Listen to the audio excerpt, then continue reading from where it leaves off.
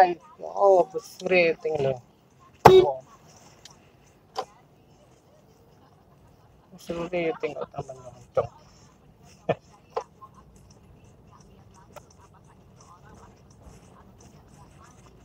Terus kemudian juga wudhunya tidak dijaga, rukuk sujudnya tergesa-gesa, tidak tumaknina ketika sholat, maka orang itu tidak memiliki jaminan. Ya, berarti nggak memiliki jaminan, berarti nggak ada jaminan surga. Ya itu Bapak Ibu sekalian. Maka dia tidak memiliki jaminan di sisiku. Kita lanjutkan. In syi'tu adzabtuhu wa in syi'tu rahimtuhu. Silakan. Jika aku berkehendak, maka aku akan mengazabnya, dan jika aku berkehendak, maka aku akan merahmatinya, ya, sesuai dengan kehendak Allah. Kalau Allah mau, ya diazab. Kalau Allah mau berkehendak, ya diampuni hamba itu. Ya, ini semua atas kehendak Allah Subhanahu wa taala. Atas siapa ini? Atas mereka orang-orang yang tidak menyempurnakan sholat 5 waktunya. Baik. Bapak Ibu sekalian, rahimani wa rahimakumullah. Hadis yang baru saja kita dengarkan barusan mengandung 7 pelajaran Bapak Ibu. 7 pelajaran, betul ya? 7 pelajaran, betul. Yang pertama, definisi sholat. Apa artinya sholat? Sudah kami sampaikan bulan yang lalu. Jadi nggak perlu kami ulang lagi. Intinya sholat itu kalau menurut bahasa artinya doa. Sholat sama dengan doa. Itu secara etimologi, secara lughawi, secara bahasa. Tapi kalau secara istilah syar'i, sholat itu adalah beribadah kepada Allah berupa ucapan-ucapan dan perbuatan-perbuatan yang diawali dengan takbir dan diakhiri dengan salam, yaitu sholat. Ya. Jadi ini ibadah kepada Allah yang di dalamnya berupa ucapan dan perbuatan. Makanya kalau ada orang sholat, lisannya tidak bergerak, bibirnya tidak bergerak, dia diam, tak menang, tak, nah ini nggak sah sholat. Jadi bacaannya dalam hati, nggak sah. Karena definisinya sholat itu ibadah kepada Allah berupa ucapan, diucapkan, ya, minimal sih. Alhamdulillah, iya, diucapkan, dan perbuatan, ada takbir, ada ruku, ada itidal. Nah, seperti itu. Nah, terus kalau orang yang tunawicara, orangnya itu nggak bisa ngomong, bisu, minimal bibirnya digerakkan, meskipun dia nggak bisa, minimal digerakkan, bergerak bibirnya. Jadi nggak boleh, yaitu dibaca dalam hati itu nggak boleh. Ya, baik. Jadi ini menunjukkan ibadah kepada Allah berupa ucapan dan perbuatan yang diawali dengan takbir dan diakhiri dengan salam. Yang kedua, materi yang kedua adalah hukum sholat 5 waktu wajib. Jelas, 5 waktu ini hukumnya wajib. Kalau tidak salah bulan yang lalu sudah kami singgung. Yang tidak wajib sholat itu kan cuma 5 orang. Tidak wajib sholat cuma 5 orang. Jadi 5 orang ini tidak terkena beban kewajiban sholat. Jadi kalau dia tidak sholat, tidak dosa. 5 orang ini, tidak dosa. 5 orang ini. Siapa itu? 1 orang kafir, jelas. Karena dia bukan muslim, maka tidak wajib sholat. Dan tidak terkena beban syariat sholat. 1 orang kafir. Yang kedua adalah anak kecil, belum balik. Makanya kalau ada anak kecil, balita atau belum balik, dia tidak sholat, dia tidak dosa. Karena belum terkena beban syariat. Yang nomor 3 adalah tidak berakal. Orang gila tidak berakal. Ya, tidak berakal, orang gila. Lihat orang gila, bagaimana dia bisa sholat, lalu dia mengurusi merawat badannya aja, dia nggak bisa seperti itu, bahkan dia diolok-olok orang, bahkan dijadikan bahan, yaitu candaan, ya seperti itu. Dia tidak kenal agama, dia tidak bisa belajar agama, dia tidak bisa sholat, nggak puasa Ramadan, nggak ini, tidak berdosa. Ya. Yang nomor 4, wanita haid. Wanita haid maka tidak terkena beban kewajiban sholat. Yang kelima, wanita nifas setelah melahirkan tidak wajib sholat. Ya, seperti itu. Ustadz, ada orang Ustadz dia itu tidak sholat Ustadz, ya, tidak sholat, kafir mungkin. Loh, muslim kok Ustadz?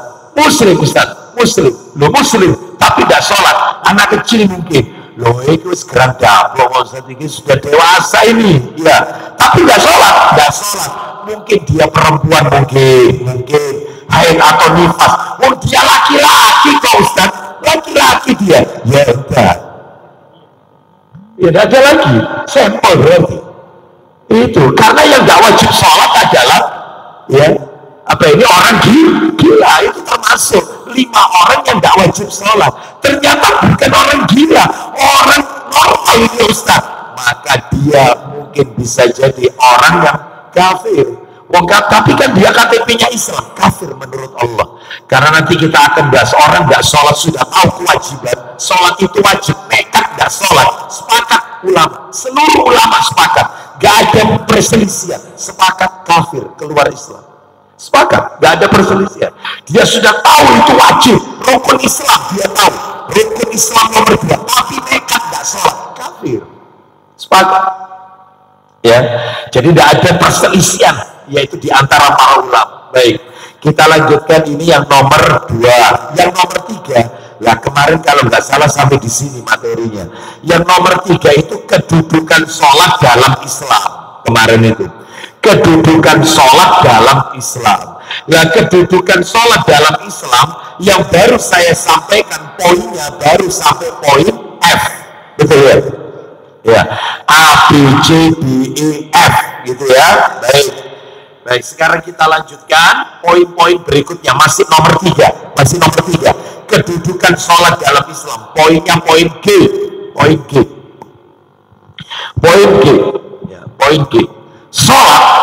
Sholat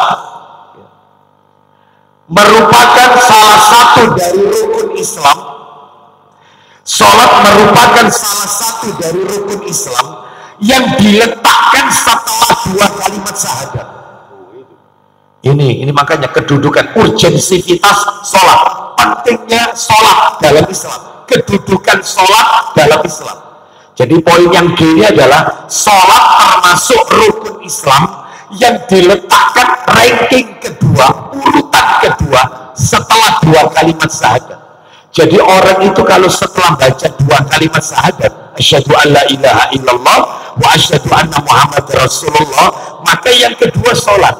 Ternyata ranking kedua bukan puasa, ranking kedua bukan zakat, ranking kedua bukan haji. Ternyata ranking kedua itu sholat. Maksudnya apa? Mu'alaf, orang yang baru masuk Islam, dia kan baca syahadat.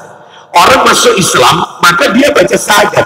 Setelah dia baca syahadat, tentunya dia akan bertanya, lalu sekarang apa yang harus saya lakukan setelah membaca 2 kalimat syahadat? Jawabannya nggak ada 2, cuma 1, sholat. Karena setelah syahadat, sholat. Ya. Anda wajib sholat. Ya, seperti itu. Oleh karena itu maka inilah yang menunjukkan tentang kedudukan sholat di dalam Islam. Mana dalilnya sholat itu termasuk rukun Islam? Dalilnya adalah bisa kita lihat di dalam Sahih Muslim, nomornya nomor asli nggak apa-apa, kita sebutkan nomor asli semua saja ya Bapak Ibu. Sahih Muslim nomornya nomor 16. Sahih Muslim nomor 16, awal-awal nomor 16,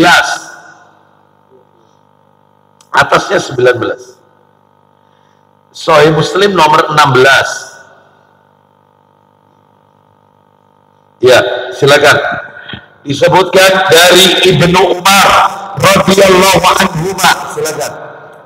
Dari Ibnu Umar radhiyallahu anhuma, dari Nabi Sallallahu alaihi wasallam, beliau bersabda, ini nomor asli ya, nomor asli Sahih Muslim nomor 16. Buniyal Islam ala khamsatin.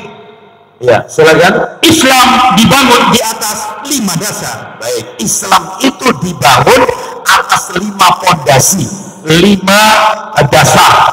Apa saja itu? 1, ala an yuwahhadallahu. Silakan. Bersaksi bahwasanya tidak ada ilah yang berhak disembah selain Allah. Bersaksi bahwasanya tidak ada ilah yang berhak diibadahi dengan benar kecuali Allah. La ilaha illallah, mentauhidkan Allah. Itu maksudnya 2 kalimat syahadat itu nomor 1. Nomor 2, wa iqamis shalah. mendirikan sholat. Nomor 3, wa itaiz zakat, menunaikan zakat. Nomor 4, wasiyami ramadana, berpuasa di bulan Ramadan. Yang terakhir, wal haji, silakan, dan haji. Lanjut. Seorang laki-laki bertanya, ya, apakah haji lalu puasa Ramadan? Baik, apa enggak haji dulu baru puasa Ramadan? Apa urutannya enggak begitu? Ini katanya orang laki-laki kepada yaitu Ibnu Umar radhiyallahu anhu. Ya, kan urutannya tadi kan 2 kalimat syahadat, sholat, zakat, puasa Ramadan, terus haji. Orang itu tanya, apa enggak haji dulu yang nomor 4, terus yang nomor 5 itu baru puasa? Apa katanya Ibnu Umar? Silakan. Beliau menjawab, silakan. Tidak. Lanjut. Puasa Ramadan lalu haji. Puasa Ramadan dulu lalu haji. Nah, jadi urutannya begitu Bapak Ibu, ya. Jadi setelah sholat itu apa? Setelah sholat zakat, ya, bingung diurut di sini, ya. Masa ya sudah umur 60 gak apa rukun Islam itu piye, ya, dihafalkan. Setelah sholat apa? Zakat, ya. Kita lanjutkan. Puasa itu rukun Islam nomor berapa? Oh, gitu. Ya, biar nahan. Kita lanjutkan sekarang poin yang H. Tentang kedudukan sholat dalam Islam. Poin yang H. Pentingnya sholat. Bapak Ibu sekalian, sholat ini adalah amalan yang paling utama. Ya. Amalan yang paling utama, paling dekat dengan surga. Masya Allah. Sholat ini poin yang H, ya, pentingnya sholat dalam Islam. Saya ulang, amalan yang paling utama, paling dekat dengan surga, terakhir, dan paling dicintai oleh Allah.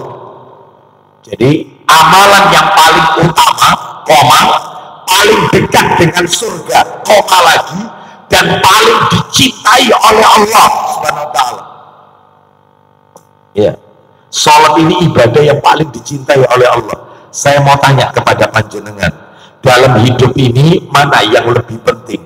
Kita mencintai Allah atau kita dicintai Allah?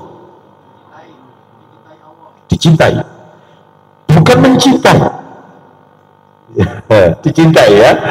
Kenapa kok bukan mencintai Allah? Karena banyak orang yang mengklaim, mengaku mencintai Allah, tapi belum tentu Allah mencintai hamba tersebut. Tetapi kalau hamba itu sudah dicintai oleh Allah, otomatis maka pasti dia kekasih Allah, dan tempatnya tidak ada lain nanti di akhirat, surganya Allah Azza wa Jalla. Mudah-mudahan kita semua termasuk orang-orang yang dicintai oleh Allah Subhanahu wa ta'ala. Mana dalilnya? Kalau sholatlah panjenengan Bapak Ibu, kalau ingin dicintai oleh Allah, saya ulang kalimatnya, kalau Bapak Ibu pengen dicintai oleh Allah, salah satu amalannya adalah jangan pernah meninggalkan sholat 5 waktu. Karena amalan ini paling dicintai oleh Allah, maka pelakunya pasti dicintai oleh Allah. Jangan pernah tinggalkan. Waktunya ada, maka tolong disegerakan. Tinggalkan seluruh aktivitas, jaga waktu-waktunya. Jangan menunda-nunda sholat. Sekarang, kalau memang sudah waktunya sholat. Terkadang banyak orang itu menunda-nunda sholat zuhur, ditunda nanti saja, kan masih ada waktu. Jam 1 siang kan juga bisa, setengah 2 siang kan juga bisa, bahkan jam 2 pun juga masih bisa. Waktunya masih ada, memang benar. Tetapi lihat dalil yang dibaca Pak Didik tadi di awal kajian kita, ya, supaya kita bisa masuk surga, syaratnya menjaga sholat, menjaga waktunya.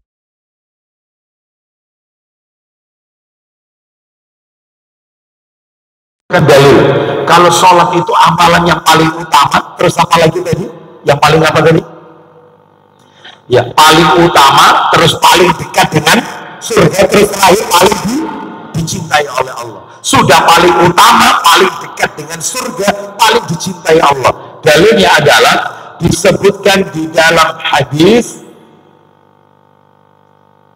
ya, riwayat Muslim. Nomor aslinya 85.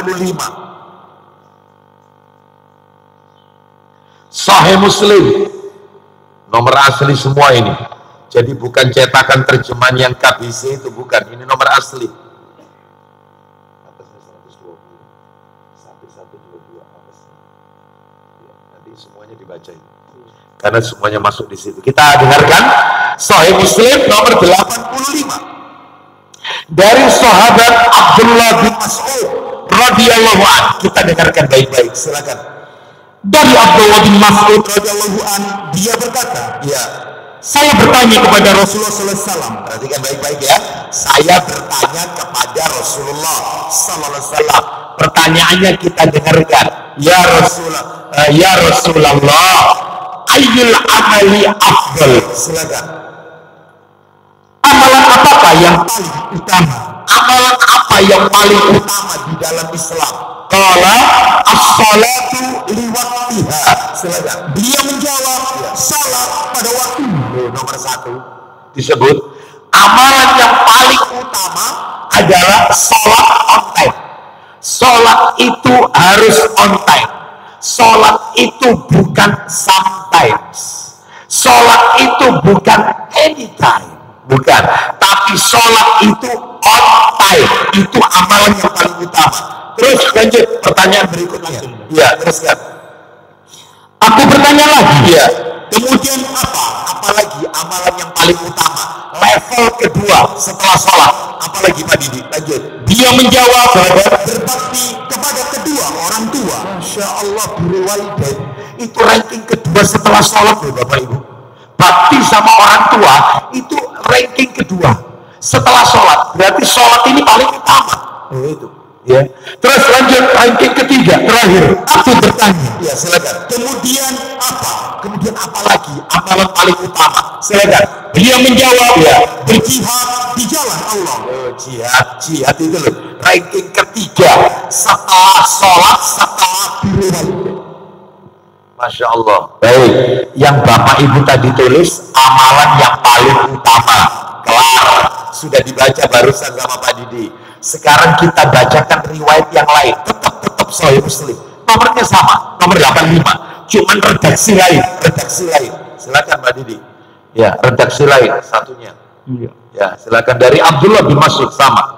Dari Abdullah bin Mas'ud radhiyallahu anhu, dia berkata, perhatikan ya, silakan.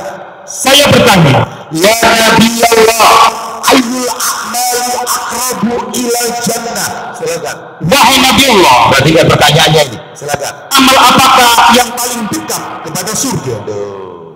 Amal apakah yang paling dekat dengan surga? Apa jawabannya Nabi? Beliau menjawab, as-salatu ala mawaqitiha. Silakan. Salat pada waktunya. Salat on time. Ya, on time. Itu amalan paling dekat dengan surga. Terus qultu wa madza ya Nabi Allah? Silakan. Aku bertanya lagi. Dan apalagi wahai Nabi Allah? Apalagi amalannya wahai Rasulullah yang paling dekat kalau kita lakukan jaminan surga, dekat sama surga. Apa ranking kedua Pak Didi? Lanjut. Beliau menjawab, birrul walidain. Silakan. Berbakti kepada kedua orang tua. Sudah. Terakhir, wa madza ya Nabi Allah? Silakan. Aku bertanya lagi. Ya. Dan apa wahai Nabi Allah? Apalagi wahai Nabi Allah? Ranking terakhir yang ketiga, amalan yang paling dekat dengan surga, al-jihadu fi sabilillah. Silakan. Beliau menjawab, ya, jihad di jalan Allah. Jihad di jalan Allah. Nah, ya kan? Berarti yang panjenengan tulis juga sudah masuk. Ya, yang tadi yang poin apa itu? Poin H, amalan yang paling utama sudah, koma kan, paling dekat dengan surga sudah. Terakhir apa yang panjenengan tulis tadi? Paling dicintai Allah. Redaksi lain Pak Didi, tetap nomornya Sahih Muslim nomor 85. Jadi redaksinya beda-beda ini. Sahih Muslim nomor 85. Baca. Silakan. Abdullah bin Mas'ud juga itu. Silakan. Dari Abdullah bin Mas'ud dia berkata, ya, saya bertanya kepada Rasulullah Shallallahu Alaihi Wasallam. Kita dengarkan pertanyaannya. Ayyul a'mali ahabbu ilallah? Silakan. amalan apakah yang paling dicintai oleh Allah? Lihat, amalan yang paling dicintai. Apa jawaban Nabi? Beliau menjawab, as-salatu ala waktiha. Silakan. Salat pada waktunya, on time salatnya. Kemudian yang dicintai lagi oleh Allah. Aku bertanya, ya. Kemudian apa? Apalagi? Terus beliau menjawab, ya, berbakti kepada kedua orang tua. Terus terakhir, saya bertanya, ya. Kemudian apa lagi? Terakhir, beliau menjawab, jihad di jalan Allah. Silakan Bapak Ibu bisa simpulkan di catatannya. Salat, birrul walidain, jihad fisabilillah, kasih tanda kurung atau kurva. Ini amalan yang paling utama, paling dekat dengan surga, paling dicintai Allah. Ya situ sudah. Jadi panjenengan kalau ditanya amalan apa yang paling utama, paling dekat dengan surga, paling dicintai Allah, sebutkan 3 amalan tadi. Nomor 1, sholat. Nomor 2, birrul walidain. Nomor 3, jihad fisabilillah. Ya. Baik, kita lanjutkan. Sekarang yang nomor poin I, kan sesuai abjad A, B, C, D, E, F, G, H, I. Yang I sekarang, yang I. Sholat, kedudukan sholat ini dalam Islam. Poin yang I, sholat dapat menghapus dosa. Sholat itu dapat menghapus dosa. Sholat dapat menghapus dosa. Dalilnya Sahih Muslim, nomornya 233. Sholat itu bisa menghapus dosa.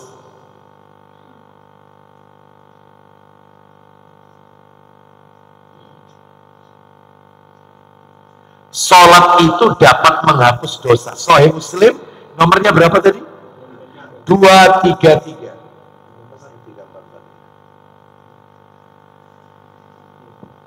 233. Silakan kita dengarkan. Silakan.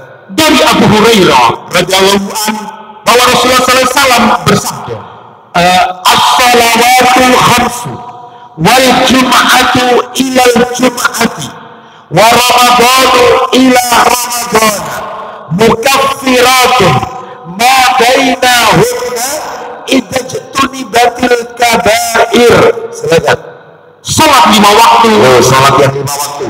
Subuh ke zuhur, zuhur ke asar, asar ke maghrib, maghrib ke isya, balik lagi, isya ke subuh, subuh ke zuhur, begitu seterusnya. Lanjut. Dan sholat Jumat ke Jumat berikutnya. Jumat pekan yang lalu ketemu Jumat besok. Jumat besok ketemu Jumat pekan berikutnya. Jumat pekan berikutnya ketemu lagi Jumat pekan berikutnya lagi. Begitu seterusnya. Lanjut. Ramadan ke Ramadan berikutnya. Ramadan tahun ini ketemu Ramadan tahun depan. Ramadan tahun depan ketemu Ramadan tahun depannya lagi. Begitu seterusnya. Lanjut. Adalah penghapus untuk dosa antara keduanya. Dosanya diampuni. Subuh ke zuhur, kalau itu ada dosa, hilang, dihapus. Zuhur ke asar melakukan dosa, entek.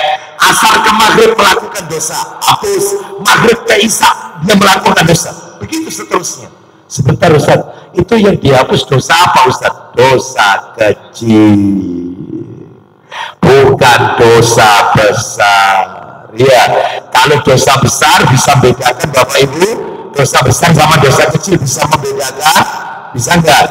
Dosa besar itu Ustaz syirik, dosa besar itu Ustaz zina, bukan itu yang saya tanyakan. Ya, itu kan jenisnya dosa. Gimana Anda bisa mengatakan syirik itu kok besar, dosa besar? Bagaimana caranya Anda mengatakan zina itu dosa besar? Itu pertanyaan saya.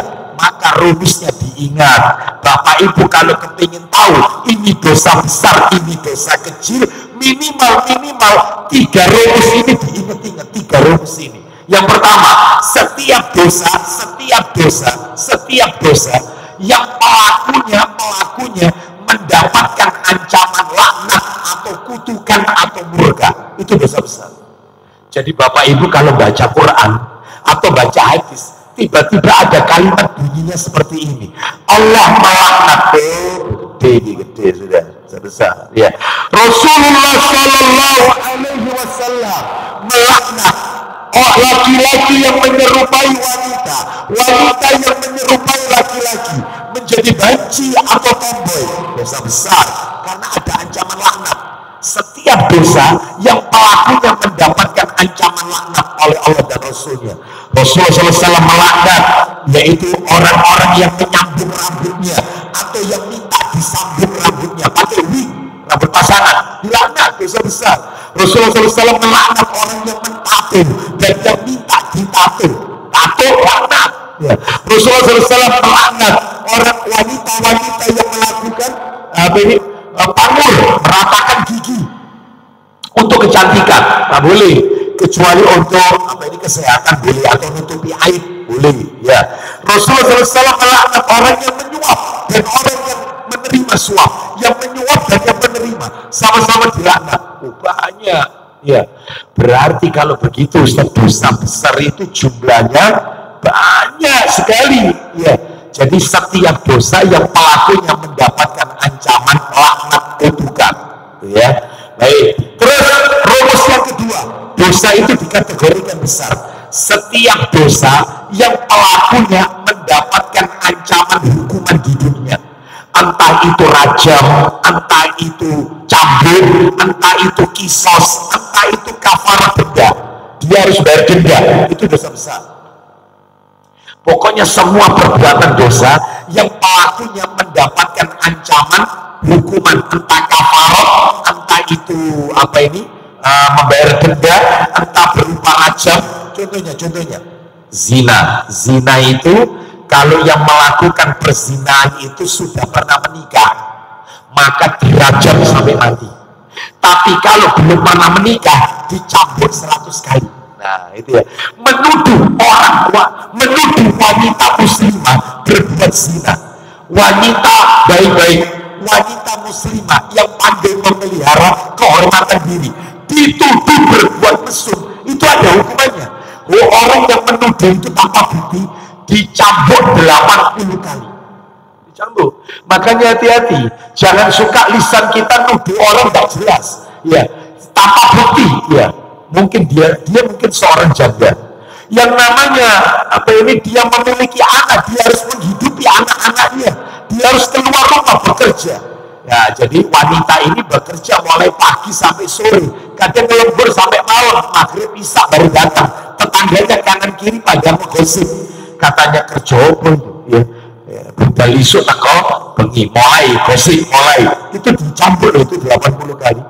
Jangan menuduh wanita muslimah solehah yang pandai memelihara kehormatan diri dituduh berzina, dicampur 80 kali ancamannya. Berarti gosip itu dosa besar, Ustaz. Ya iyalah. Iya. Nah, ini yang lebih parah lagi, ngegosip ustadznya.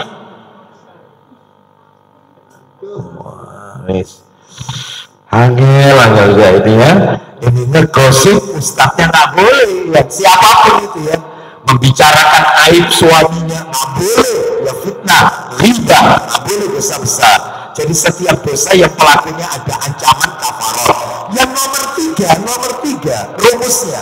Jadi supaya bapak ibu itu ketika baca ayat atau hadis bisa langsung memilah-milah, ini yang besar, ini dosa kecil, yang ini termasuk dosa besar, yang ini dosa kecil. Kalau rumusnya, yang ketiga adalah setiap dosa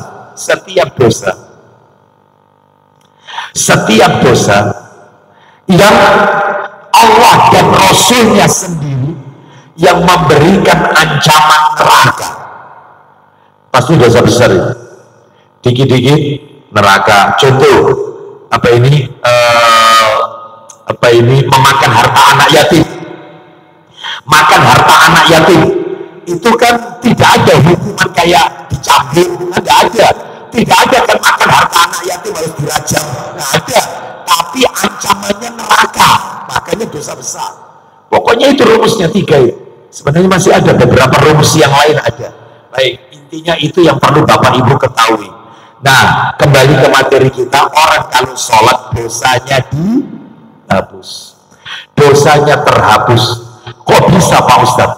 Orang sholat dosanya terhapus. Bapak Ibu maaf ya, Bapak Ibu sadar atau tidak sadar, ketika Bapak Ibu sholat itu banyak doa-doa dalam sholat panjenengan yang isinya itu minta ampunan, isinya minta ampunan.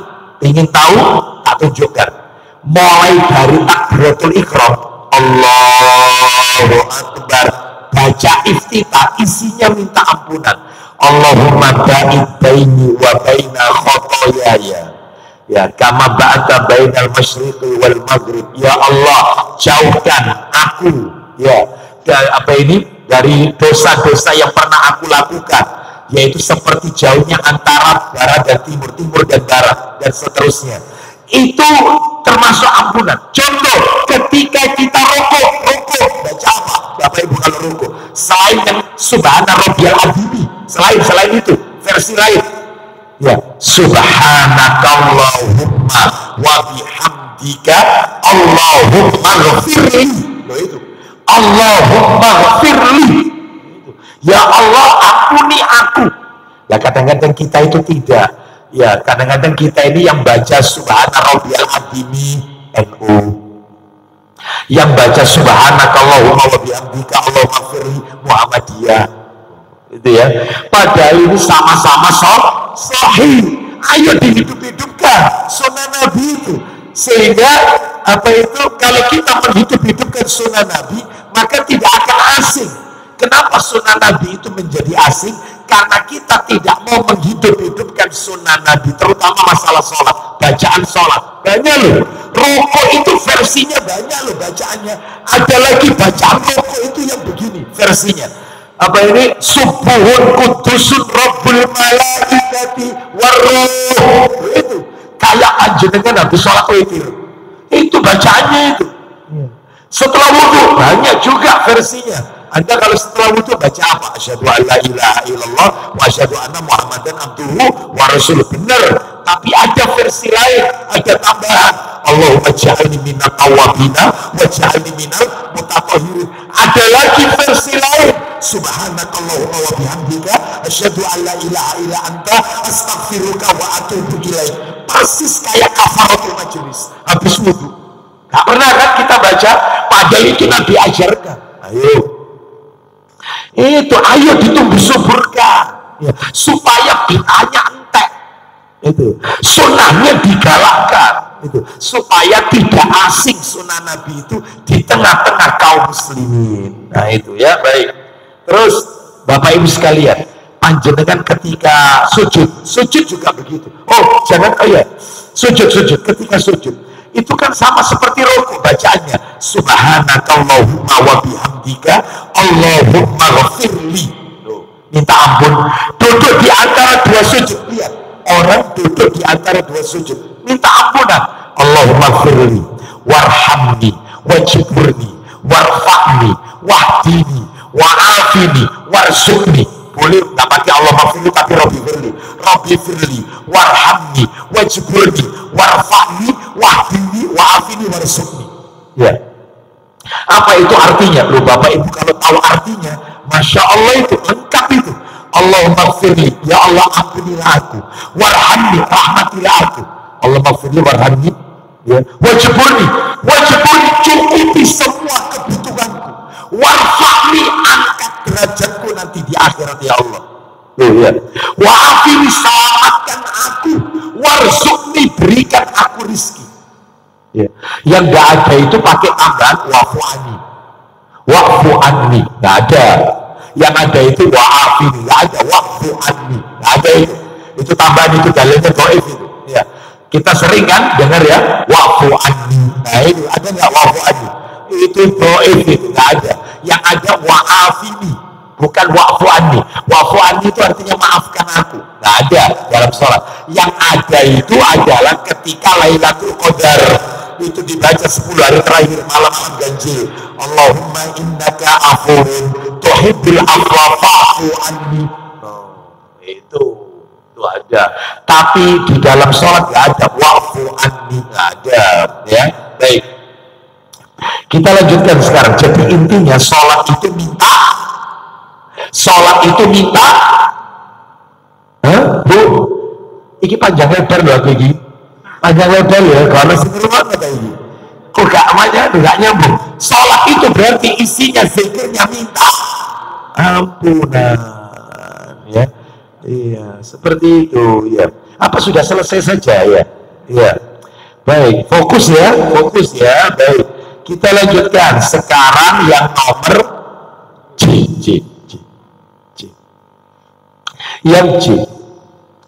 Yang C tentang kedudukan sholat di dalam Islam. Poin yang C adalah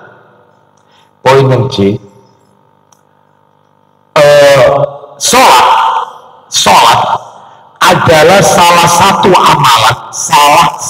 amalan, bukan satu-satunya, salah satu amalan. Sholat adalah salah satu amalan yang bisa memasukkan seseorang ke dalam surga bersama Rasulullah Sallallahu Alaihi Wasallam.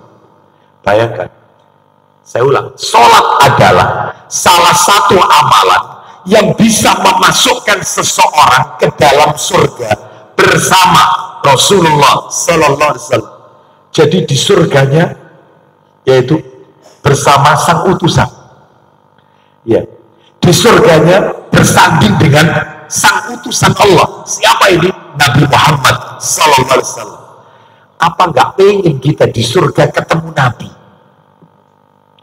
Nah, maka salah satu amalannya adalah sholat. Jangan pernah meremehkan sholat. Ya. Tapi ya ada anak itu susahnya setengah mati disuruh sholat. Sampai orang tuanya teriak-teriak itu baru. Ya. Sampai ada orang tua berkata kepada saya ini malu Ustaz sama tetangga ini. Ya. Sehingga karena saya kalau nyuruh anak saya sholat itu setengah mati Ustaz. Ya, seperti sholat itu sampai dengar tetangga.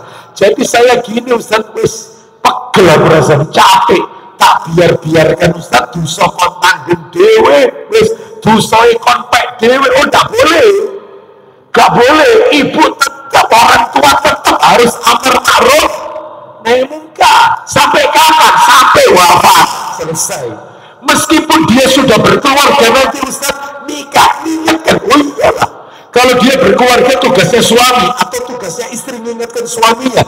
Tapi kalau itu anak kita tidak sholat, kita tahu, maka tetap ingatkan sholat. Jangan tidak sholat. Ya, terus ingatkan itu. Baik, makanya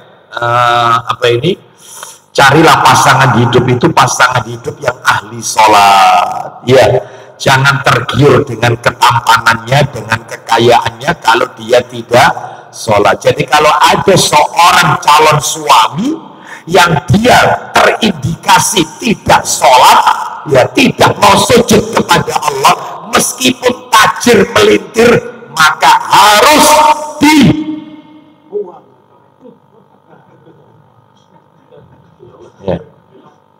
dicoret dari daftar calon. Nggak boleh gitu. Kenapa? Baik ya, alhamdulillah. Kita lanjutkan. Jadi ini yang nomor C ya, amalan yang bisa memasukkan seseorang ke dalam surga bersama Nabi. Dalilnya di mana? Dalilnya adalah Sahih Muslim, nomornya 489. Kaget. Muslim nomor 489. Sahih Muslim 489. Silakan. Dari Rabi'ah bin Ka'ab al-Aslami radhiyallahu anhu. Silakan. Dari Rabi'ah bin Ka'ab al-Aslami, dia berkata, iya, aku pernah bermalam bersama Rasulullah SAW. Terus, lalu kubawakan air wudhunya dan air untuk keperluan lainnya. Baik, namanya Rabi'ah bin Ka'ab al-Aslami, menyediakan air untuk Nabi, untuk wudhunya Nabi dan keperluan Nabi yang lain. Terus lanjut. Maka beliau bersabda kepadaku, silakan, mintalah kepadaku apa yang engkau inginkan. Loh, Nabi yang menawarkan. Nabi menawarkan kepada Rabi'ah bin Ka'ab al-Aslami radhiyallahu anhu, yaitu dengan perkataan Nabi menawarkan salah, ya, mintalah, ya, silakan. Maka kukatakan, ya, aku meminta agar aku bersamamu dan dekat di surga kelak. Nah, as'aluka murafaqataka fil jannah. aku meminta kepadamu wahai Rasulullah agar nanti di surga bersama engkau. Aku minta kepada anda wahai Rasulullah SAW agar nanti di surga bersama anda. Jadi bukan hanya di dunia bersama anda, tapi nanti di akhirat di surga juga bersama anda. Itu yang tak minta. Apa katanya Nabi kepada Rabi'ah bin Ka'ab al-Aslami? Silakan. Beliau melanjutkan, al ghairu dzalik, silakan. Mintalah juga selain daripada itu. Ada nggak permintaanmu yang lain? Ada lagi yang lain permintaanmu? Apa katanya Rabi'ah? Aku menjawab, wadaka. Silakan. Itu saja yang aku inginkan. Itu saja. Wahai Rasulullah, yang aku minta itu saja. Aku kepingin nanti di surga bersama engkau. Lanjut teruskan. Maka beliau pun menjawab, fa'inni ala nafsika bikasratis sujud. Silakan. Bantulah aku agar Allah mewujudkan keinginanmu dengan banyak melakukan sujud. Nah, kata Nabi, kalau mau disimpulkan kalimat ini, kalau mau disadur adalah, kalau kau ingin bersama aku di surga, maka perbanyaklah sujud. Bapak Ibu mohon maaf, yang dimaksud sujud di sini, perbanyak sujud, itu bukan sujud sahwi, sujud syukur, sujud tilawah, bukan.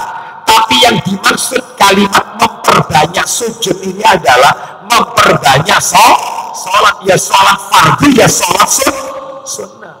Sholat fardu, ya sholat sunnah. Ya. Coba di sini aja, coba kita tes saja. Sholat sunnah yang Nabi ajarkan itu kan banyak, macamnya banyak sholat sunnah. Mulai Pak Didi, ayo jawab Pak Didi. Sholat sunnah yang Nabi ajarkan satu aja Pak Didi, satu aja. Sholat apa? Sholat duha, betul, sholat duha. Silakan Pak Arto. Ya, sholat sunnah qobliyah, saya ringkas saja. Sholat sunnah rawatib, qobliyah sama ba'diyah. Ya, qobliyah sama ba'diyah. Baik itu subuh, sebelum subuh, baik sebelum duhur, sesudah maghrib, sesudah isya. Itu namanya sholat sunnah rawatib. Sholat sunnah yang mengiringi sholat fardu. Baik, Pak Arto jawab sholat sunnah rawatib. Mas Khairul, tahajud, betul Bapak, kandungannya tahajud penutupnya supaya witir, betul, witir sudah 4. Sampingnya Pak, monggo panjenengan.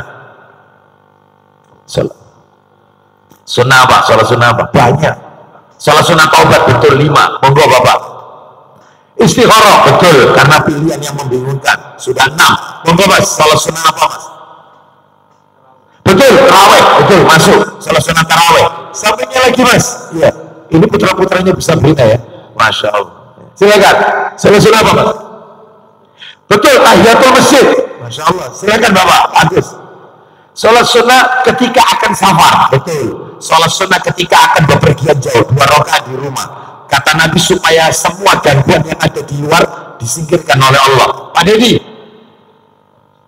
sholat sunnah minta hujan, istisqa. Betul. Ya.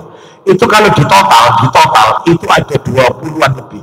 20 lebih dikit jumlah sholat sunnah itu, termasuk sholat sunnah di belakang makam Ibrahim setelah tawaf, termasuk sholat sunnah khusuf gerhana matahari, sholat sunnah khusuf gerhana bulan, banyak macamnya. Kembali ke materi kita, jadi perbanyak apa tadi? Sholat. Kalau kepingin perbanyak sujud, maksud saya itu maksudnya adalah perbanyak sholat, ya sholat fardu, ya sholat sunnah, agar kelak nanti di surga bersama Rasulullah Sallallahu Alaihi Wasallam. Ya, sekarang berikutnya nomor poin yang K. Ya, K, poin K, yang K. Orang yang tertidur dan lupa, orang yang tertidur dan lupa, orang yang tertidur, ketiduran atau lupa dia, lupa. Diperintahkan untuk mengqadha sholat, tetap lali dulu, tetap harus sholat. Ketika ingat harus sholat. Saya itu ketiduran Ustaz duhur itu. Jadi karena pengaruh obat Ustaz ya, sebelum duhur itu minum obat, bangunnya asar jam 4 Ustaz. Jadi saya belum sholat duhur, sholat langsung. Begitu bangun ambil air wudhu, duhur 4 rakaat, nyambung asar 4 rakaat. Jadi duhur dulu, bukan asar, bukan. Seperti itu. Ya. Jadi Anda misalnya lagi di kasus, ya. Sebelum maghrib Anda minum obat. Karena pengaruh obat Anda ngantuk, tidur. Maghrib hilang, ternyata Anda kaget dengar adzan Isya. Astagfirullah, adzan Isya. saya belum sholat maghrib, namanya laki-laki harus ke masjid. Nah, terus siapa Ustaz? Tetap maghrib dulu. Lo caranya gimana? Anda ikut imam dulu. Anda ikut imam. Imamnya sholat isya, Anda niat sholat maghrib. Imamnya sholat isya, tapi Anda niat sholat maghrib. Caranya ada dua modelnya. Ketika imam bangkit rakaat ketiga ke rakaat keempat, imam rakaat ketiga sujud mau bangkit naik ke rakaat keempat, maka Anda jangan ikut berdiri karena Anda niatnya maghrib. Anda duduk tahiyat, terus tuntaskan innaka hamidun majid dan Anda langsung salam, potong langsung, assalamualaikum warahmatullah, assalamualaikum warahmatullah. Anda berdiri lagi, ikut imam lagi, berarti Anda ikut isya dapat satu rakaat bersama imam. Paham? Paham, bisa dibayangin ya. Imamnya salam, Anda jangan ikut salam, Anda kurang 3 rakaat karena Anda isya, karena ikut Anda yang ikut imam yang terakhir. Paham ya? Atau model kedua lah ya, model kedua ini insya Allah roda diomongi orang insya Allah ya, dirasanya orang banyak. Yang nomor kedua ini adalah Anda ketika imam itu bangkit rakaat keempat seperti tadi sama, Anda duduk tahiyat karena Anda maghrib harus tahiyat, karena Anda 3 rakaat soalnya tahiyat, maka Anda tidak boleh salam sampai ikut salamnya imam. Jadi makmum itu rokok, Anda tetap tahiyat terus ya. Makmum tidak, Anda tetap tahiyat sampai ikut salam, Anda ikut salam, berarti Anda sholat isya-nya sendirian. Paham? Jadi harus sholat Ustaz, nggak bisa begini ya Ustaz, dibalik. Isya dulu ikut imam, kalau sudah salam nanti saya sholat maghrib sendiri. Nggak bisa, sholat itu harus urutannya itu ya subuh, zuhur, asar, maghrib, bisa. Nggak bisa diwala-wala, nggak bisa. Paham maksudnya? Hati-hati. Jadi tetap meskipun telat, meskipun ketiduran, lupa, tetap harus sholat. Ini menunjukkan pentingnya apa ini kedudukan sholat di dalam Islam. Mana dalilnya? Dalilnya Sahih Muslim nomor 648, Muslim 648, Muslim 648 dari Anas bin Malik radhiyallahu anhu. Sahih Muslim nomor 648, Muslim 648.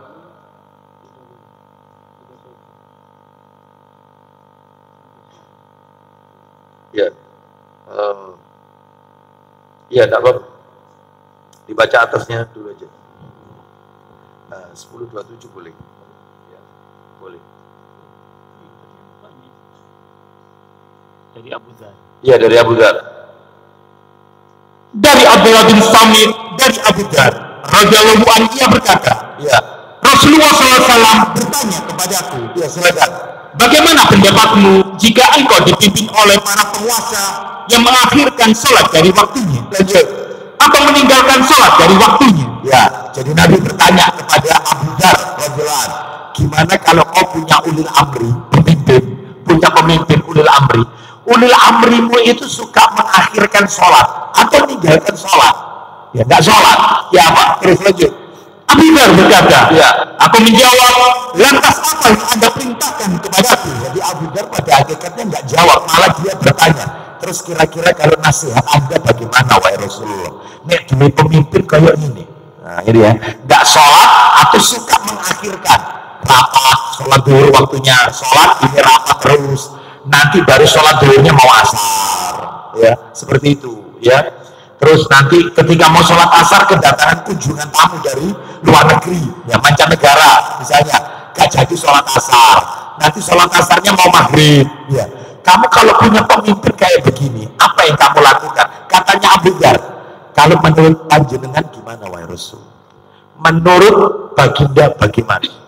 Saran Anda bagaimana? Lanjut, silakan, apa kata Nabi? Beliau bersabda, silakan, lakukanlah sholat tepat pada waktunya, tepat. Kamu tetap sholat on time. Kamu tetap sholat on time. Terus, jika kamu mendapati bersama mereka, nah maka lakukanlah lagi. Sebab hal itu dihitung pahala sholat sunnah bagimu. Kamu tetap, misalnya kamu menterinya, ya. Maka ketika waktunya sholat on time. Ini hanya Allah ini. Hanya Allah harus didulukan ini. Hanya Allah. Betul harus taat sama ulil amri kan. tetapi Allah harus didahulukan. Nanti kalau ulil amrimu sholat, meskipun telat sholatnya, kamu ikut sama ulil amri, tapi dihitung sunnah, dapat pahala sunnah. Jadi sholat 2 kali kalau gitu. Iya, sholat 2 kali. Yang pertama tetap on time, memenuhi haknya Allah, jangan ditinggal. Ya, meskipun ulil amrinya kamu itu anak buah, ya, ini nggak taat sama ulil amri, ya, enggak. Ya, kalau sama ulil amri itu ada syaratnya. Taat sama suami ada syaratnya, taat sama pemerintah ada syaratnya, taat sama orang tua ada syaratnya. Yang tidak pakai syarat-syaratan itu taat sama Allah dan Rasul. Nah, pakai syarat itu. Selama ulil amrinya benar ya kita ikuti, tapi kalau salah mengakhirkan sholat nggak usah diikuti. Anda tetap sholat. Nanti kalau dia sholat lagi, dia maksudnya bukan sholat lagi, dia sholat, Anda sholat lagi, ikut ulil amri. Jadi Anda sholat 2 kali, yang satu wajib, yang satu ikut ulil amri, dihitung apa tadi? Sunnah. Paham sampai di sini Bapak Ibu ya? Baik. Kita lanjutkan, teruskan. Berikutnya. Ya, berikutnya nomornya tetap 648, redaksi berikutnya. Yang apa 10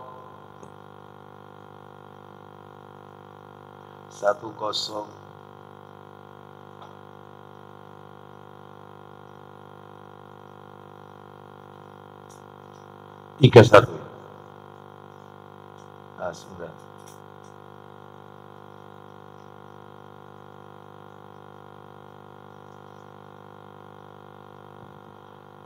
Banyak ini ya redaksinya ya. Redaksinya banyak ini. Sampai 33 aja ya. Hampir mirip-mirip semuanya, Bro. Hampir mirip-mirip. Ya. Intinya tetap ya. Tetap sholat. Ya.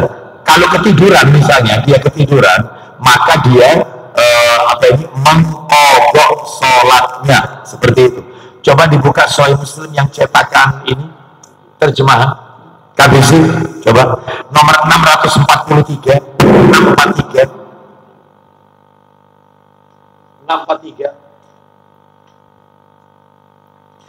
Ya, 643 Sahih Muslim tambahan ini ya.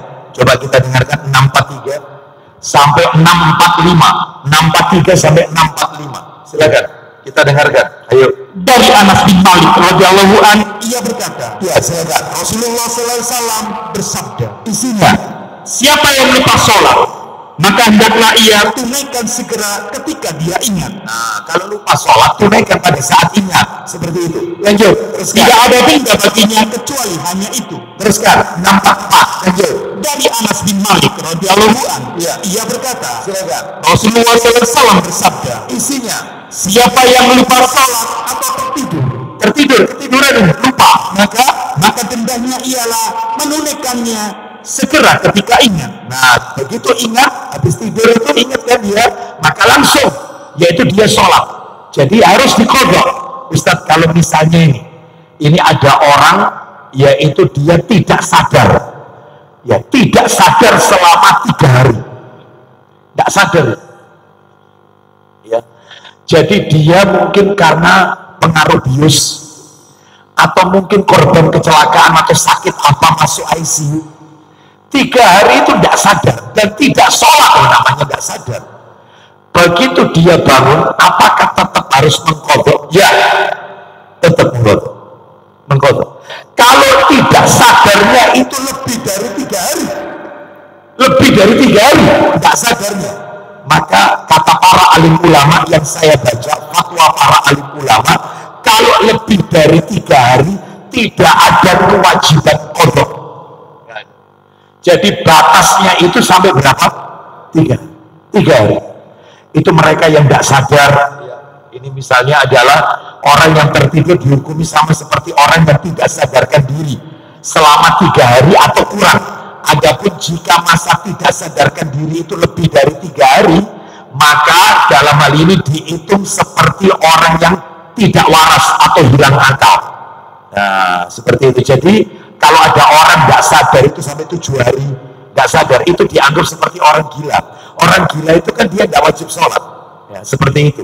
Tapi kalau 3 hari atau kurang tetap harus qadha. Harus qadha. Maksimal itu 3 hari. Di atas 3 hari nggak perlu kodok. Dihukumi seperti layaknya orang gila. Orang gila itu hilang akal, maka dia tidak wajib sholat. Baik, kita lanjutkan. Yang poin berapa sekarang? L. Poin L.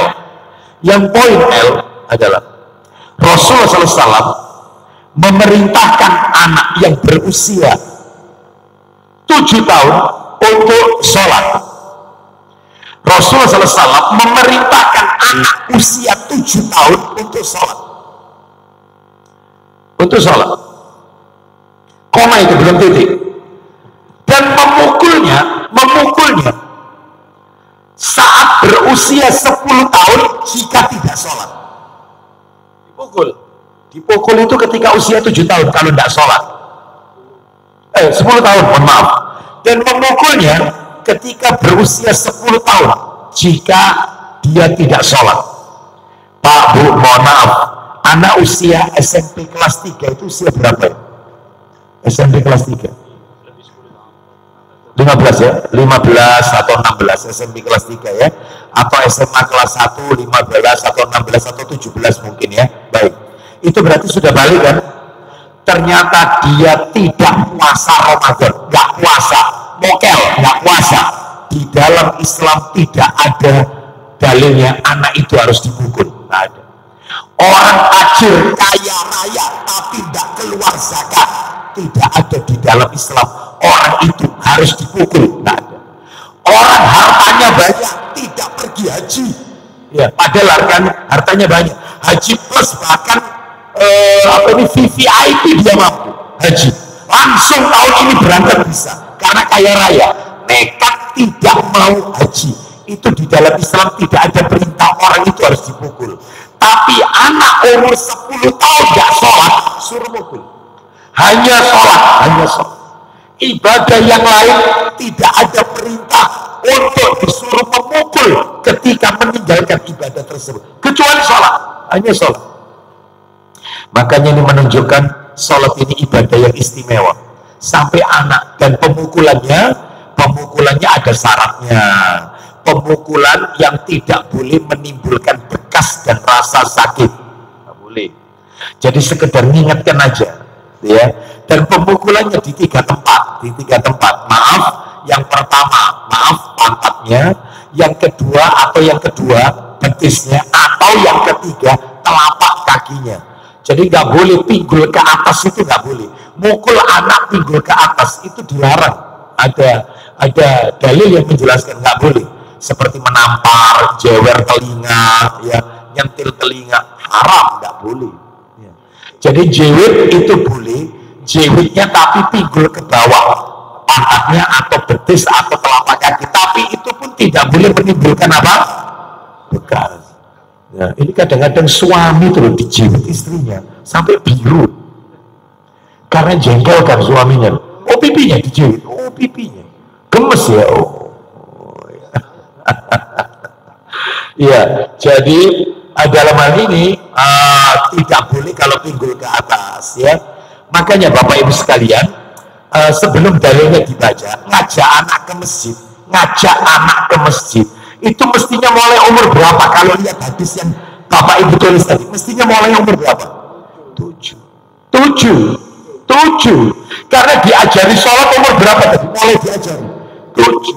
Dipukul itu kalau nggak sholat itu umur berapa dipukul? 10. Lah ini tidak, masih balita umur 4 tahun atau 5 tahun diajak ke masjid, pasti ganggu orang.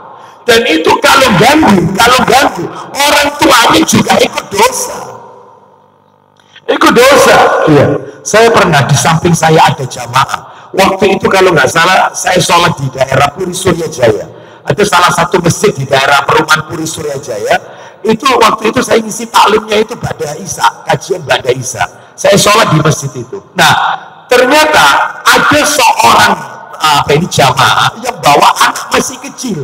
Lah di samping saya ini bawa kacamata ditaruh di tempat sujudnya. Lari-lari anak ini. Gereja, baca. Ya. Itu ya, orang ini cuman ya Allah. Ya, padahal ini ini mungkin harganya mahal, bisa jadi juga Apa ini dia betul-betul untuk bisa membaca atau melihat dan seterusnya. Ya, saya sampaikan putranya siapa ini. Saya tanya, ternyata ada. Ya cuman modalnya manajemen Afwan. Afwan Pak ya, loh batinnya hati kaset. Sebentar, makanya ini, ya ini.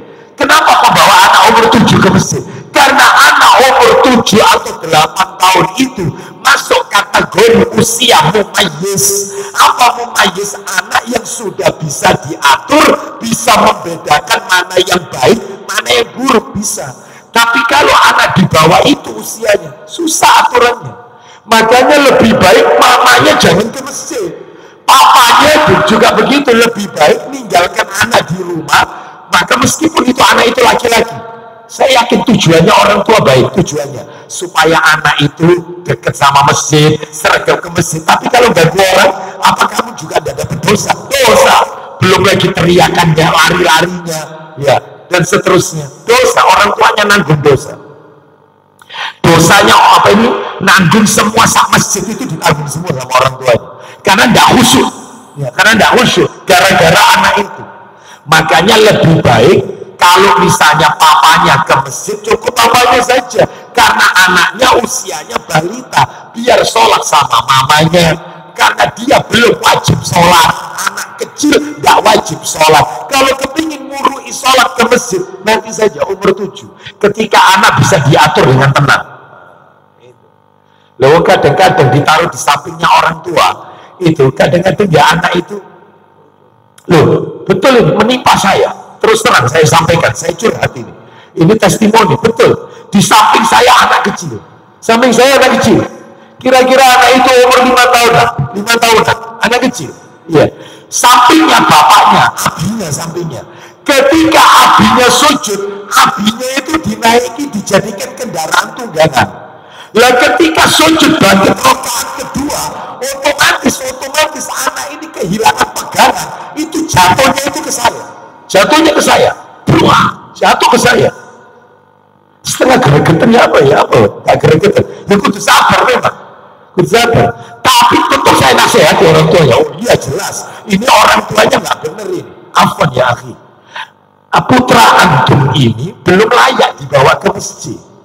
Memang betul orang tua punya niatan baik, maka antum harus baca fikih anak dibawa ke masjid, itu ada materinya. Fikih membawa anak ke masjid itu ada materinya, antum pelajari. Belum waktunya.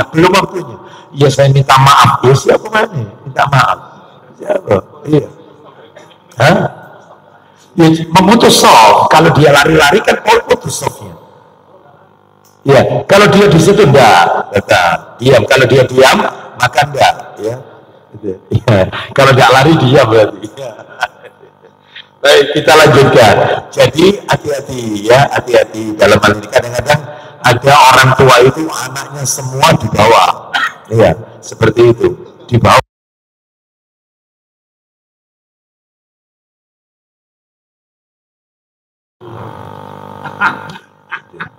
Bawa istri 2 nggak apa-apa.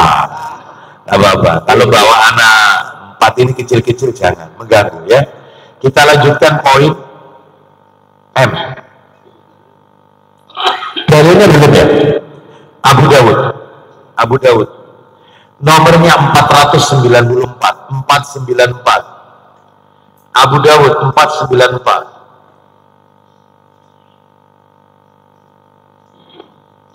Abu Dawud 494. Abu Dawud 494. Ayo, dari Ma'bad. Dari Sabra bin Ma'bad Al-Juhani radhiyallahu anhu. Silakan. Rabi bin Sabra. Ya. Dari Abdul Malik bin Ar-Rabi bin Sabra, dari ayahnya, dari kakeknya, dia berkata, ya, Nabi Sallallahu Alaihi Wasallam bersabda, kita dengarkan, murus sabiyya bis salah idza balagha 7 sinin wa idza balagha 10 sinin fadribuhu 'alaiha. Silakan. Perintahkanlah anak kecil untuk melaksanakan sholat. Lanjut. Apabila sudah mencapai umur 7 tahun. Oh, jelas 7 tahun. Lanjut. Dan apabila sudah mencapai umur 10 tahun, maka pukullah dia apabila tidak melaksanakannya. Nah, pukul anak itu kalau tidak melaksanakan sholat. Sekarang poin yang poin M. Sholat merupakan tiang agama. Jadi kalau tidak sholat berarti meruntuhkan pondasi tiang agama. Sholat adalah tiang agama. Itu poin M. Tiang agama. Dalilnya Tirmidzi. Nomornya 2616. Tirmidzi nomor 2616. Dari Mu'adz bin Jabal radhiyallahu anhu 2616. Silakan kita dengarkan. Ayo baca. Iya. Iya. Dari Mu'adz bin Jabal radhiyallahu anhu ia berkata, iya, aku pernah bersama Nabi sallallahu alaihi wasallam dalam suatu ekspedisi. Baik, coba langsung aja dicari di tengah-tengah itu ada ada kalimat Rasulullah sallallahu alaihi wasallam bersabda, ya, moga engkau landasan dari segala perkara setelah ayat, setelah lambung-lambung. Ya, betul. Di situ nanti ada beliau bersabda. Betul, beliau bersabda. Dari situ aja. Silakan ayo. Rasulullah bersabda, iya, moga engkau kutunjukkan pokok perkara agama, terus tiang dan puncaknya. Aku menjawab, iya wahai Rasulullah. Beliau bersabda, isinya pokok dari perkara agama adalah Islam. Ya, terus tiangnya adalah salat. Nah, situ ya. Rasul amril Islam wa amuduhu salat. Ya, pokok segala urusan itu Islam, tiangnya itu salat. Jadi salat itu tiang agama. Poin N kita tutup sampai O, ya. Poin N,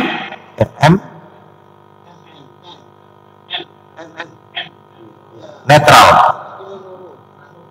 nano, ya, N, ya, poin N, sholat merupakan wasiat Nabi yang terakhir. Sholat merupakan wasiat Nabi yang terakhir sebelum beliau wafat. Jadi Nabi mau wafat itu Nabi mengucapkan kalimat diulang-ulang, as-sholat, as-sholat, as-sholat, sholatlah. Jadi Nabi tidak menyebut puasa, Nabi tidak menyebut zakat, tapi Nabi justru menyebut sholat. Berarti ini menunjukkan pentingnya sholat dalam Islam ini.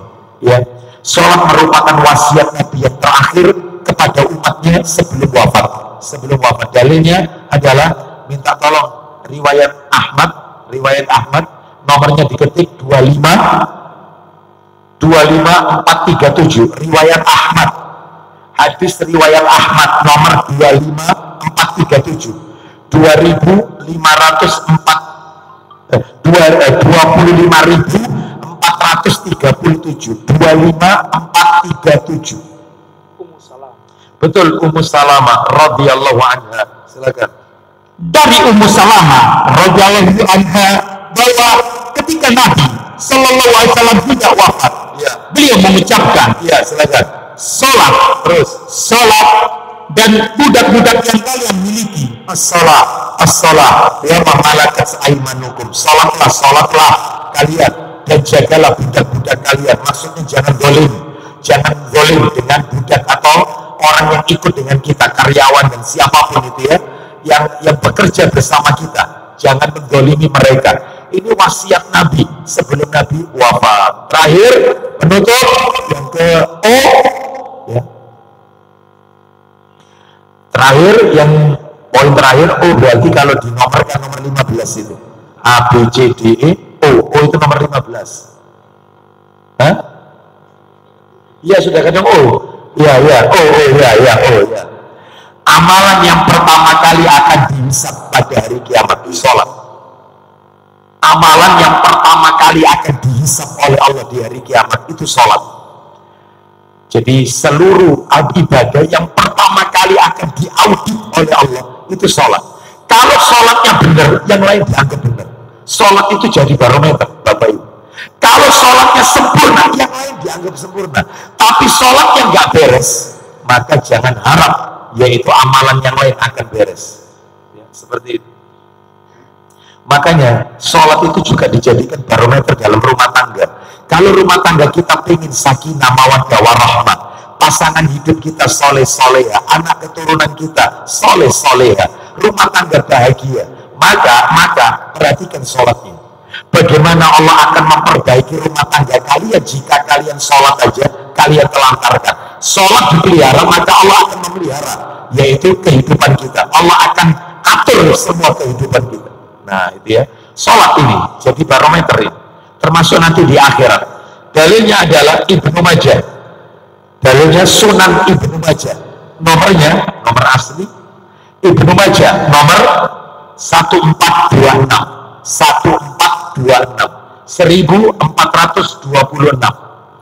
1426. Silakan kita dengarkan 1426 Ibnu Majah. Ya, silakan. Tamim Ad-Dari radhiyallahu anhu. Silakan. Dari Tamim Ad-Dari radhiyallahu anhu, dari Nabi sallallahu alaihi wasallam, beliau bersabda. Kita dengarkan Bapak Ibu sekalian. Ya, sabda Nabi, "Awwalu ma yuhasabu bihil 'abdu yaumal qiyamah salatuhu." Silakan. Pertama yang akan dihisab atas seorang hamba pada hari kiamat adalah salatnya. Salatnya. Kita dengarkan.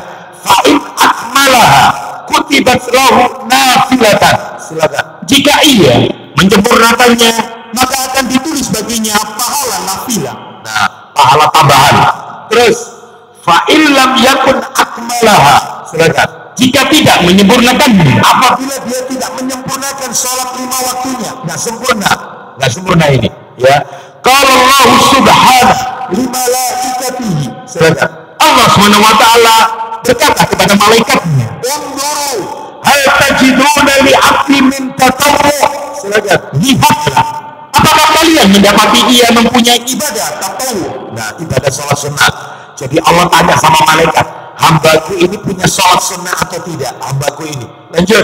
Fa'akmilu biha ma bayya'a min faridatihi. Silakan. dengannya, yaitu sholat Sunnah, sempurnakanlah ibadah wajibnya yang kurang. Jadi tolong sholat sunnahnya orang ini jadikan sebagai penyempurna dari sholat fardunya orang ini yang cacat. Makanya Bapak Ibu jangan pernah meremehkan sholat sunnah. Fungsinya sholat sunnah itu untuk menyempurnakan dari sholat fardunya yang cacat, yang hilang. Nah, seperti itu. Tahajud, witir, jangan diremehkan. Makanya saya tidak setuju kalau ada orang mendefinisikan sunnah itu kalau dilakukan dapat pahala, kalau tidak dilakukan maka tidak mengapa. Saya tidak setuju. Harus dirubah mindset kita. Sunnah itu ialah kalau dilakukan dapat pahala, kalau ditinggalkan rugi besar. Sehingga tidak meremehkan sunnah. Allah mek sunnah kok, ya. Enggak. Jadi lakukan itu, fungsinya untuk menutupi fardu kita yang tidak sempurna. Bapak Ibu mohon maaf, Bapak Ibu yakin selama ini sholat panjenengan diterima oleh Allah? Yakin? Bapak Ibu yakin kalau sholat Anda itu khusyuk terus? Yakin? Enggak lah. Kadang kita sholat ingat istri, sholat ingat suami, sholat ingat uang kita yang kita taruh lupa, tiba-tiba langsung ingat ketika sholat. Ketika sholat lupa bacaan, ketika sholat lupa jumlah rakaat. Nah itu kan, maka yang menyempurnakannya itu sholat sunnah. Penutup ini penyempurna dari fardunya yang tidak sempurna. Terus lanjut. Kemudian, summa tu'khadul a'malu ala hasabi dzalik. Kemudian semua amalan akan diperlakukan seperti itu. Semua amalan akan diperlakukan yang seperti itu juga, termasuk zakat. Zakat itu nanti kalau misalnya ada yang kurang, maka yang penyempurnanya sedekah gitu. Nanti puasa Ramadan ada yang cacat Ramadannya, penyempurnanya apa berarti penyempurnanya? Kalau Ramadan, Senin Kamis, Ayamul Bid, Asyura, Arafah, itu penyempurnanya. Haji dia pernah haji ternyata salah, cari travelnya, bimbingan yang salah, nggak ngikuti sunnah. Berarti untuk menyempurnakan hajinya dia melakukan apa berarti? Umroh menyempurnakan. Jadi semua yang sunnah itu menyempurnakan dari yang wajib-wajib. Allahu a'lam wa bishawab. Demikian Bapak Ibu sekalian, rahimani wa rahimakumullah. Ya, silakan. Kita belum masuk, sudah bagus. Kita belum masuk ke pelajaran nomor 4. Pelajaran keempat itu masih ingat nggak catatannya? Kan ada 7 pelajaran. Yang keempat apa? Hukum orang yang meninggalkan sholat. Nah itu nanti insya Allah jika Allah takdirkan kita ketemu lagi bulan depan, insya Allah hukum orang yang meninggalkan sholat. Terus kita lanjutkan lagi kalau bulan depan masih ada waktu. Yang kelima, mengenal syarat sahnya sholat. Itu juga belum kita bahas. Jadi syarat sahnya sholat itu ada 9. Sholat panjenengan itu sah, syaratnya 9. Nah itu. Terus yang keenam, pelajaran yang keenam adalah apa Bapak Ibu? Yang keenam, rukuk dan sujud termasuk salah satu rukun sholat. Yang terakhir ya, pentingnya tumakninah. Nah itu nomor 7. Jadi perjalanan kita masih jauh Bapak Ibu sekalian ya. Baik, silakan Pak Agus mau tanya. Dosa besar ya, yang dilaknat. Apakah memutus silaturahim termasuk dosa besar yang mendapatkan laknat? Iya betul. Di mana dalilnya? Pengen tahu dalilnya? Surat ayo dibuka dalilnya. Memutus silaturahim dilaknat. Pak Harto sudah dimasukkan semua. Masya Allah. Belum selesai ini. Ya. Ya. Suratnya Surat Muhammad ayat 22 dan 23. Surat Muhammad surat 47. Surat 47. Orang itu kalau mau silaturahim ayat 22 dan 23. Orang kalau mau silaturahim sudah dilaknat, maka nanti telinganya ditulikan, matanya dibutakan.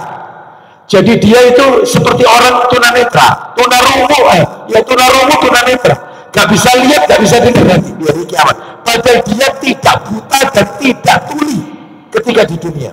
Allah sebutkan surat 47 ayat 22 dan 23. Allah ini ya dapat rahmat dari Allah ya. Ya.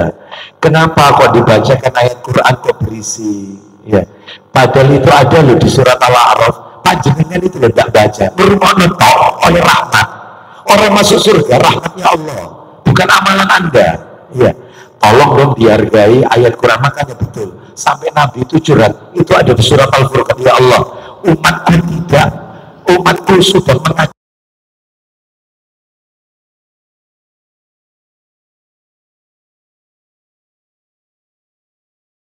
kami.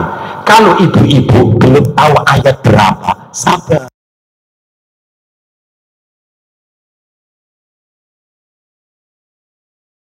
Rahmatnya Allah ya.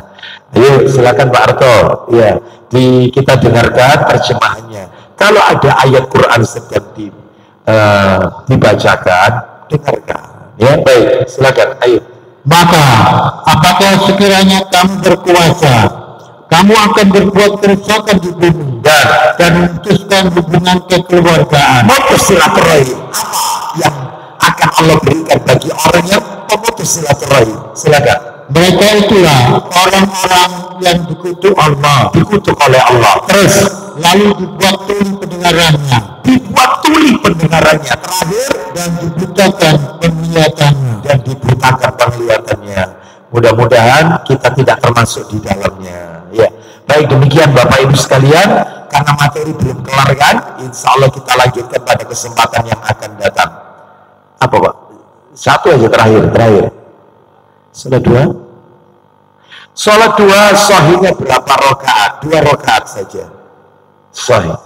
Maksimalnya tidak ada, maksimal tidak terbatas, tapi waktunya yang dibatasi. Jumlah rakaat tidak terbatas. Waktunya duha itu 15 menit setelah matahari terbit, berakhirnya 10 menit sebelum zuhur.